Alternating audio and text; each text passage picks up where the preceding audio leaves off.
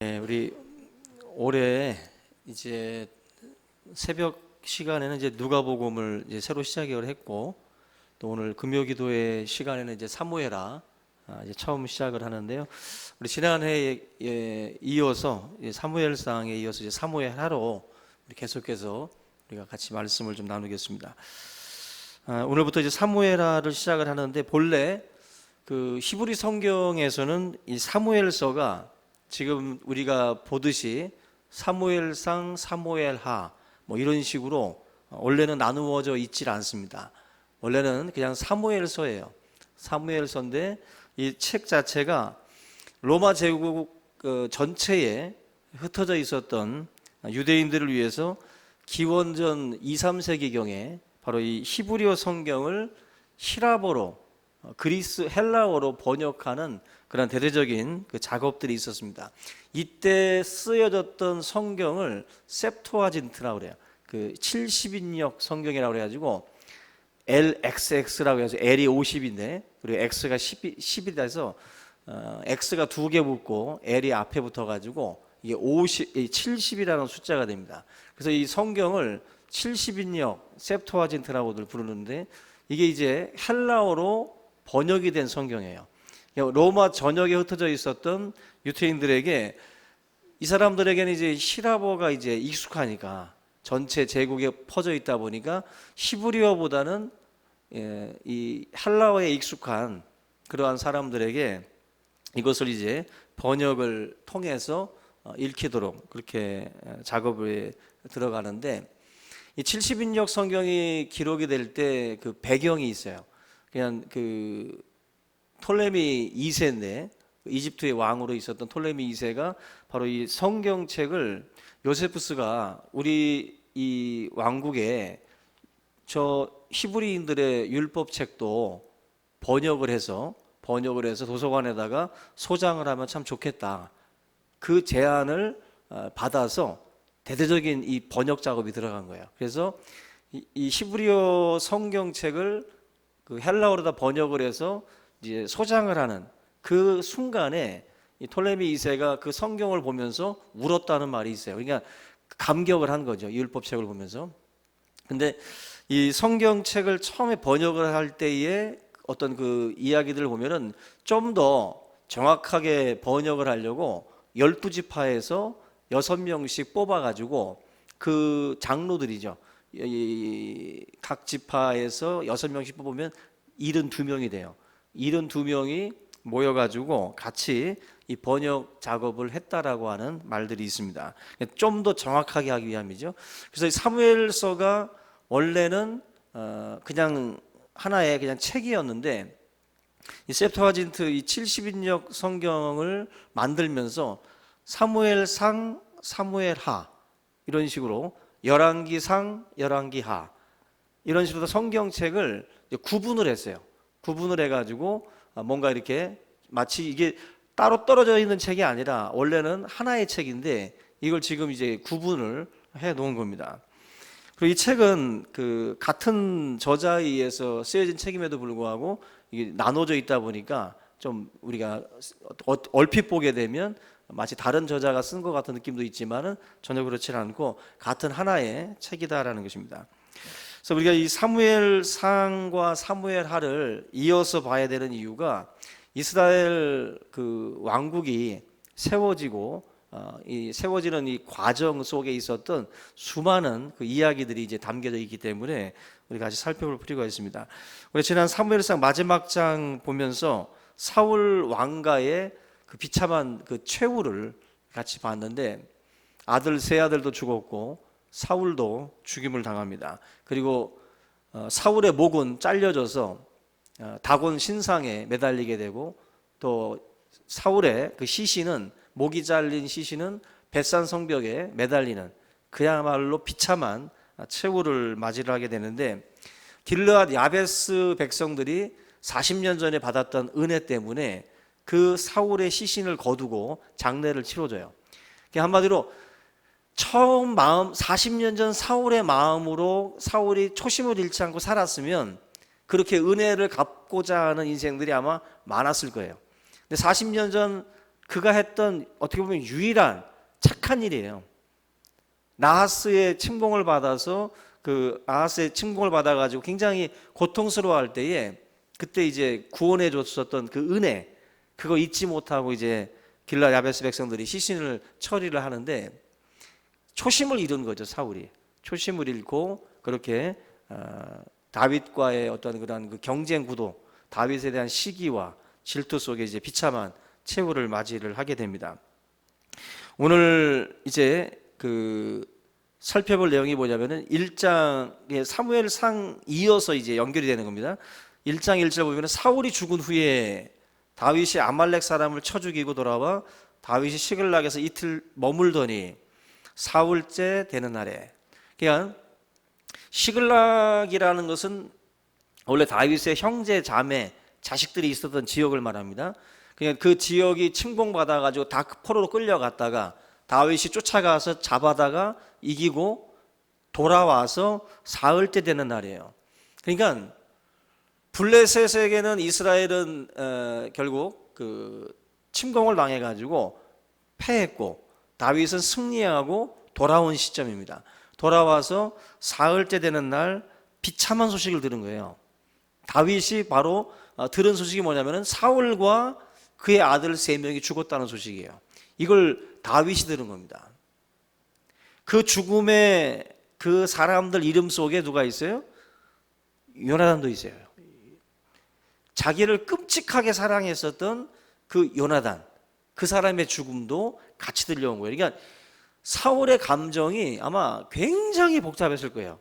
자기를 괴롭히던 사울도 죽었고 자기가 끔찍히 사랑했던 요나단도 죽었고, 이 복잡한 심경 속에서 이제 이 이야기들이 이제 펼쳐집니다.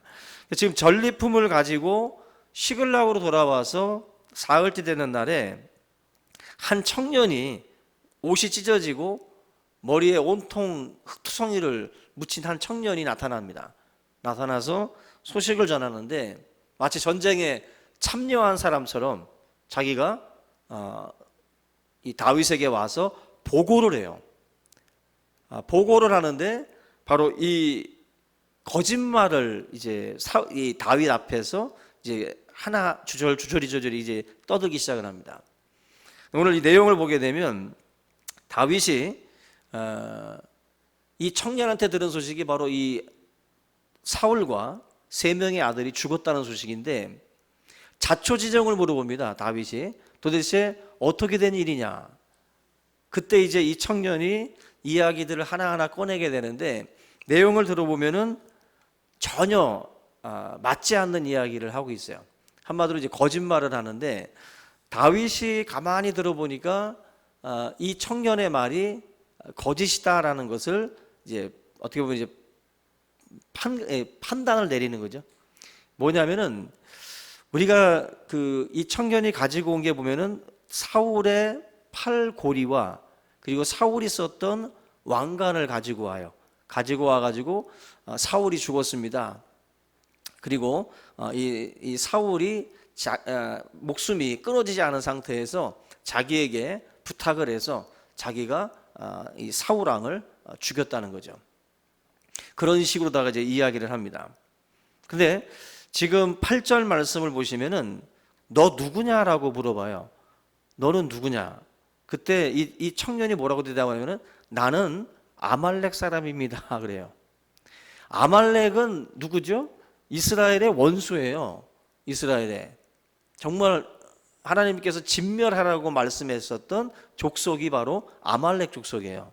근데 이 아말렉 족속의 이 청년이 자기가 그런 일을 했다라는 겁니다. 자기가.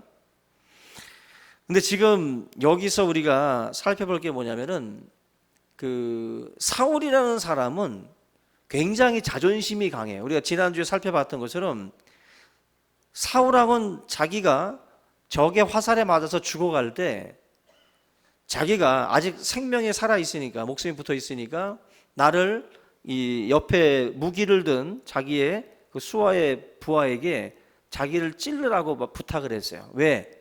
내가 목숨이 살아 있다가 저 할례 받지 못한 저 블레셋 군대에게 내가 죽느니 차라리 너가 나를 죽여라.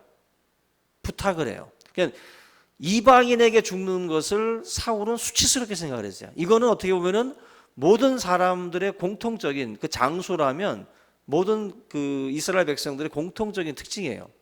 그런데 지금 이 청년이 하는 말이 아말렉 사람인 자기에게 사울이 자기를 찔러 죽이라고 부탁을 했다라는 거죠. 근데 우리가 지난주에 봤던 그 이야기 속에서도 보면 절대로 사울은 그럴 사람이 아니거든요. 다윗이 이 청년의 이 이야기를 듣고서는 판단을 내린 겁니다. 이거는 거짓말이다. 거짓말이고 지금 이 청년이 이 다윗에게 와서 거짓말을 했던 그 이유가 있어요. 지금 이 청년을 가만히 보면은 왜 이 아말렉 청년이 다윗에게 와서 이런 보고를 했을까? 생각을 해보면 사울의 죽음에 대해서 다윗이 기뻐할 것이다라고 판단을 내린 거예요. 이걸 지금 우리가 보편적인 생각으로 판단을 해보면 맞는 말입니다. 누군가가 어떤 한 사람을 죽이려고 하고 계속해서 권력을 가지고 잡아 죽이려고 했던 그 사람, 그 절대 권력자가 죽었다면 쫓겼던 사람 입장에서는 정말 마음에 평안을 찾는 그 상황이기 때문에 얼마나 쾌재를 부르겠습니까? 이 청년의 판단도 결국 이 사울의 죽음을 자기가 보고하면 당연히 다윗은 기뻐할 것이고 자기에게 큰 상금을 가져다 줄 것이다라고 판단을 내린 거죠. 이게 보면 정치적인 감각이라고들 말을 해요. 흔히들 이 청년은 아말렉 사람이기 때문에 지금 다윗이라는 인물이 블레셋에 도망을 가 있었고 숨어 있었고 사울에게 쫓겼던 사람이라는 걸 잘 압니다. 그런 어떤 정적인 문제를. 그런 상황에서 결국 자기가 내리는 판단이에요. 자기 감각을 가지고 내가 지금 사울의 왕관을 어떻게 취했는지도 모르겠고 사울의 팔 고리 장식을 어떻게 그 청년이 가져갔는지 모르겠지만 그것만으로도 어떻게 보면 횡재한 거예요. 횡재한 거야. 그러면 그것만 가지고 튀면 되는 거예요. 튀면 되는데 이 청년은 한 번 더 생각한 거예요. 야, 이걸 가지고 튀는 게 아니라 이거 가지고 정치적으로 지금 굉장히 대척점에 서 있었던 다윗에게 가지고 가면 이건 엄청난 대박이다. 엄청난 대박이다. 한마디로 욕심부린 거죠. 욕심을 부린 거예요. 자기가 지금 취한 것을 가지고 그냥 사라지면 되는데 이게 지금 사람이라는 게 100을 따면 1000을 또 따고 싶고 1000을 따면 또 억을 따고 싶은 그 도박자들의 심리처럼 이 청년은 제가 볼 때 어떤 청년이냐면은 약간 도박성이 있어요. 그죠? 도박성이 있어. 그러니까 사람들 가운데도 보면은 이런 어떤 그 도박성이 있는 사람들이 있습니다. 도박성. 그냥 우리가 흔히들 올인한다고 그러죠. 올인한다고. 이 청년은 자기가 딱 볼 때 아말렉과 이스라엘은 원수지간이거든. 그런데 이 사람이 다윗에게 찾아간 걸 보면은 분명히 다윗은 자기를 인정해주고 자기의 공을 치하해 줄 것이다. 자기의 철천지 원수인 사울을 죽였으니까. 그래서 지금 가지고 있는 것도 횡재한 거지만 이것과 어떻게 보면 자기 목숨까지 다 아주 올인해 버린 거예요. 지금 올인을 하고 도박을 지금 저지른 겁니다. 지금 다윗 앞에 가서. 근데 우리가 그런 생각들을 많이 하잖아요. 원수가 쓰러지면 쾌재를 부르고 기다렸다는 듯이 우리가 아주 그냥 마치 하나님이 응답하셨다고 우리가 그렇게들 생각을 할 수가 있는데 우리가 오늘 이 말씀을 보면서 우리 그리스도인들의 그 품격이라고 할까요? 우리 그리스도인들의 그 품격. 성도는 나의 원수가 나를 괴롭히고 나를 핍박하던 그 누군가가 어려움에 처했을 때에도 우리 그리스도인들은 품격을 잃어서는 안 돼요. 저는 이 다윗의 모습을 보면서 그리스도인들의 품격도 중요하다라는 걸 느낍니다. 지금 다윗은 대적이 쓰러졌고 집안이 완전히 몰락했잖아요. 사울 집안이. 그런데 지금 모든 사람들은 아마 그렇게 생각했을 거예요. 다윗이 좋아할 것이다. 또 이 청년도 마찬가지였고. 근데 우리가 이 아말렉 이 청년의 계획과 다윗의 반응을 보면은 전혀 달라요.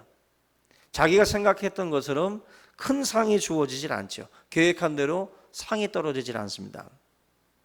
13절부터 16절 말씀에 기대와는 다르게 다윗이 대노하죠. 대노하면서 네가 어찌하여 여호와의 기름 부음 받은 자를 죽이는 것을 두려워하지 않았느냐. 다윗은 사울을 죽일 수 있는 상황들이 몇 번이고 있었어요. 그런데도 하나님이 기름 부었다는 건 뭐예요? 하나님의 뜻이 그 사람에게 있다라는 거예요. 그죠? 하나님의 뜻이 그 사람에게 있다는 거예요. 근데 너가 왜 하나님의 뜻이 있는 그 사람을 너 멋대로 처리를 하냐는 거죠. 하나님의 뜻이 그 사람에게 있는데. 다윗은 그래서 사울을 직접 처리하지 않았어요. 근데 이 아말렉 청년은 자기 스스로가 그 문제들을 아주 가볍게 두려움도 없이 처리를 했다는 겁니다. 결국 이 청년은 다윗에 의해서 또 그 유대 청년에 의해서 또 죽임을 당하게 됩니다. 비참한 죽음이죠. 결국 사울의 왕관과 팔에 차는 그 고리, 요거 두 개만 챙겼어도 그냥 알부자 되는 거예요. 알부자. 근데 결과적으로는 욕심이 결국 이 청년도 결국 사지로 끌고 간 거죠. 보면은 많은 사람들이 그 무너지는 모습들을 보게 되면 욕심에 이끌리는 거죠. 다윗의 최대의 고민거리는 사울이다라고 판단을 하고 여기다가 내가 한번 올인해 보자. 그래서 욕심을 아주 한껏 낸 겁니다. 그리고서 여기에서 이제 문제가 발생을 하게 되는 거죠. 우리가 살면서 계산이라는 것을 하는데 이 신앙인들도 육적인 계산과 또 어떤 영적인 그 계산들을 같이 병행을 하면서 하게 되는데 지금 내 눈앞에 있는 이익에만 지금 이 아말렉 청년 같은 경우는 연연하다가 결국 이 기회주의자죠. 기회주의자의 어떤 그 최후의 마지막 모습을 우리가 같이 보게 되는 겁니다. 저는 우리 성도님들이 하나님의 어떤 그 사람으로서의 어떤 그 자세, 예수님께서도 원수를 사랑하라, 너희들을 핍박하는 자를 위해서 기도하라 그런 말씀을 하잖아요. 세상이 볼 때 세상 사람들이 자연스럽게 그 나타나는 반응이 있어요. 어떤 A가 B에게 뭔가를 했을 때 B가 드러내는 반응들이 있는데 그 본성대로 흘러가는 그 반응이 아니라 우리 그리스도인들은 좀 달라야 된다라는 거죠. 다윗의 반응은 다른 거잖아요. 이 다윗의 반응은 이게 일반적인 게 아닙니다. 그잖아요. 그죠? 어느 누가 자기의 원수가 이렇게 몰락을 했는데 이렇게 우울해하고 뒤에 가서 보면 16절 이하에 가서 보면은 17절부터 다윗이 조가를 불러요. 애통해합니다. 슬퍼하고 26절 한번 잠깐 보시면은 내 형 요나단이여 내가 그대를 애통함은 그대는 내게 심히 아름다움이라 그대가 나를 사랑함이 기이하여 여인의 사랑보다 더하였도다. 요나단이라는 그 사람이 죽었잖아요. 그 친구가 그 죽음에 대해서 애통해하고 있고 또 24절에서도 이스라엘 딸들아 사울을 슬퍼하여 울지어다. 사울을 슬퍼하여 울지어다. 자기만 슬퍼하는 것도 아니고 주위에 있는 이스라엘 백성들을 향해서도 그 죽음과 그 슬픔을 같이 나누도록 그렇게 말씀을 하고 있어요. 다윗에게 감정이 없었을까? 다윗도 분명히 감정이 있었고 원한도 있었고 불평도 있었겠지만 여기에 대해서 지금 자신의 감정을 초월한 거예요. 이거는 자신의 감정을. 그러니까 우리가 하나님의 택한 백성들이 어떠한 그 감정과 어떠한 그 반응으로 살아가야 될 것인가 할 때 지금 이 다윗이 보여주고 있는 이런 그 반응은 참 이례적인 겁니다. 우리가 그리스도인들은 원수를 대하는 방법에 있어서도 그게 품격이 있어야 돼요. 우리가 품격이라는 말 많이 하잖아요. 그냥 원수를 대할 때도 우리들은 그리스도인으로서의 자세를 견지하고 원수에 대해서도 우리의 품격을 잃어서는 안 된다는 거죠. 다윗이 지금 욕을 욕으로 갚지 않잖아요. 그죠? 사울은 창을 던지는데 받아서 던지는 게 아니라 다윗은 그러한 이 사울의 행동에 대해서 전혀 같이 맞받아치질 않습니다. 욕을 욕으로 갚는 그런 모습이 아니라는 거죠. 우리의 그리스도인들이 갖추어야 될 그런 그 품격을 얘기할 때 예수님이 말씀한 원수를 사랑하고 너희를 핍박하는 자를 위해서 기도하라. 이게 예수님이 말씀하는 우리의 품격이에요. 우리가 갖추어야 되고 우리 보고 그렇게 너희들은 좀 멋있게 있으라는 거예요. 너희들은 그렇게 같이 욕하고 같이 돌 던지고 같이 창 던져가면서 그렇게 반응하지 말고 사랑으로 세상 살아갈 때 그리스도의 제자로서의 그 품격을 잃지 말라는 거죠. 품격을. 저는 그 모습이 바로 이 다윗의 사울의 죽음을 대하는 이 태도, 이 자세에서 발견할 수가 있습니다. 저도 그렇고 여러분들도 그렇고 아마 원수들이 있을 거예요. 그죠? 옆에 있어요? 뒤에 있습니까? 우리 교회에 있습니까? 밖에 있습니까? 분명히 여러분들의 감정하고 맞지 않는 대상들이 있어요. 그런데 제가 항상 느끼는 거는 그 방송 토론을 보다 보면 그런 걸 많이 느껴요. 어떤 분은 반대쪽 패널이 세게 나오는데도 품격 있게 받아주는 분이 있고 어떤 분은 막 전원책 같은 분들은 막 엄청나게 대노하죠. 막 반응하는 게. 근데 우리 그리스도인들이 만약에 토론이라고 생각을 해서 볼 때에도 그래요. 그죠?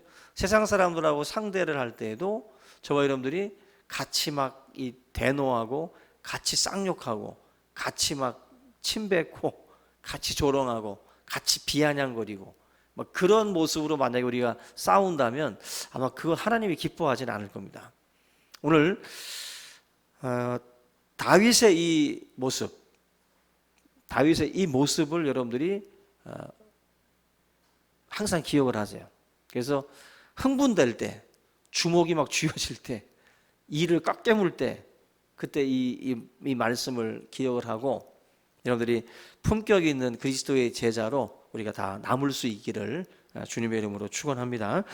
우리 이 시간 오늘 한번 말씀을 붙들고 기도하는데 이 시간 마음 가운데에 있는 그 사람들, 그런 분들을 우리가 다시 한번 사랑하고 용서하고 품을 수 있는 그런 마음, 넓은 마음과 또 우리 이해심을 위해서도 한번 기도하겠습니다. 같이 한번 기도합니다. 살아계신 하나님 아버지, 은혜와 사랑을 감사를 드립니다. 참으로 이 세상을 살아갈 때에 우리의 마음에 아픔과 상처를 주었던 그 많은 대상들, 저들이 넘어지고 저들이 쓰러지고 저들에게 환난이 닥칠 때 우리가 뒤에서 노래를 부르고 우리가 뒤에서 참으로 비아냥거리고 저들을 조롱하는 자리에 서 있는 것이 아니라 참으로 그들을 위해서 애통해야 하고 그들을 또한 아버지 하나님 가슴 아파할 수 있는 그런 품격 있는 그리스도의 제자들이 되기를 원합니다. 하나님 아버지, 우리 마음 가운데 있는 그러한 아버지 하나님의 속된 그 마음들, 아버지 인간의 본성을 따라가는 그러한 우리의 모습들 참으로 하나님 아버지 이 시간 다 벗어버릴 수 있게 인도하여 주시고 하나님 그리스도의 제자로서 우리가 갖추어야 될 그런 아버지의 품격 있는 모습들을 우리가 잃지 않도록 인도하여 주시옵소서. 직장에서나 또 아버지 하나님 이웃과의 관계 속에서 우리가 아버지 하나님 저들을 그리스도의 사랑으로 대하고 품을 수 있는 그런 마음들을 소유하기를 원합니다. 우리 한 사람 한 사람 예수 그리스도의 참된 제자가 되어지기를 원합니다. 우리의 마음을 하나님께서 다 모두어 주시옵시고 성령으로 역사하여 주시옵시기를 간절히 바라옵곤 합니다. 참으로 부족하고 참으로 연약한 인생들 주님께서 우리에게 사랑과 용서와 인내로서 다가오셨던 것처럼 우리 또한 아버지 하나님 우리들의 이웃들을 사랑과 또 용서와 인내로서 아버지 하나님 그들을 또한 품을 수 있도록 인도하여 주시옵소서. 하나님 아버지 우리 충신교회 모든 성도들 예수 그리스도의 제자로서 저들이 서 있는 그곳에서 많은 사람들에게 귀감이 되고 또 아버지 하나님 본이 될 수 있는 그리스도의 향기를 또 풍길 수 있는 하나님의 제자들이 다 되도록 인도하여 주시기를 원합니다. 오늘 이 귀한 밤 우리가 다시 한번 우리의 모습들을 돌아보게 하여 주시옵소서. 하나님 아버지 참으로 세상과 다를 것이 없는 아버지 우리들의 아버지 모습들 이 시간 회개하며 참으로 주님께서 우리에게 아버지 하나님의 말씀을 다시 한번 묵상하며 참으로 하나님의 그 은혜를 구하는 거룩하고 복된 이 시간 되도록 인도하여 주시옵소서. 하나님 아버지 사울의 모진 아버지 핍박과 그 고난과 그 역경의 시간들을 지나왔음에도 불구하고 그를 위하여 울 수 있었고 아버지 하나님 그를 위하여 애통해 할 수 있었던 다윗의 그 아버지 마음 그 심성을 또 우리가 또한 아버지 깨닫게 하시고 우리 또한 그 마음을 담기를 원합니다. 예수 그리스도의 마음을 담게 하여 주시고 예수 그리스도의 품격을 배울 수 있도록 하나님 인도하여 주시옵소서. 우리가 아버지 하나님 올 한 해에 우리의 모습을 생각하고 우리의 삶을 돌아보며 아버지 하나님 변화시켜 갈 수 있도록 주여 인도하여 주시기를 간절히 바라옵고 원하옵나이다. 하나님께서 역사하여 주시옵소서. 사랑의 하나님 아버지 오늘 사무엘하를 또 새롭게 시작합니다. 참으로 하나님 아버지 모진 핍박과 고난의 그 여정 속에서 참으로 하나님 그 마음이 상처 입고 그 삶이 피폐해졌음에도 불구하고 다윗이 사울의 죽음을 대하는 그 품격 있는 그 모습들을 보며 우리 또한 아버지 하나님이여 그의 그 마음을 그의 심성을 또 우리가 또한 본받기를 원합니다. 하나님의 큰 역사 속에서 그 그림을 볼 수 있게 하시고 항상 하나님 아버지 우리의 삶 가운데에 우리의 마음을 아프게 하는 그 형제들 우리 또한 아버지 하나님 그들을 그리스도의 사랑으로 품고 그들을 용서하고 또 인내할 수 있는 그러한 은혜를 주님 이 시간 허락하여 주시기를 원합니다. 우리의 삶의 현장에서 참으로 힘들고 어려운 삶의 아버지 자리에 있을 때에도 주의 성도들이 아버지 하나님이여 그들과 욕으로 또 맞대응하는 그런 아버지의 모습들을 또 우리가 또한 피할 수 있게 하시고 예수 그리스도의 능력과 힘으로 이 모든 것들을 이기고 나아갈 수 있도록 인도하여 주시옵소서. 하나님이 주시는 사랑의 마음을 허락하여 주시기를 원합니다. 아버지 하나님 내 힘과 내 지혜와 내 능력으로 할 수 없음을 고백합니다. 주님께서 은혜와 능력으로 채워주시고 이 귀한 하나님의 제자로서의 그 길들을 또한 잘 감당해 나갈 수 있도록 인도하여 주시옵소서. 감사하고 예수님의 이름으로 기도하옵나이다. 아멘.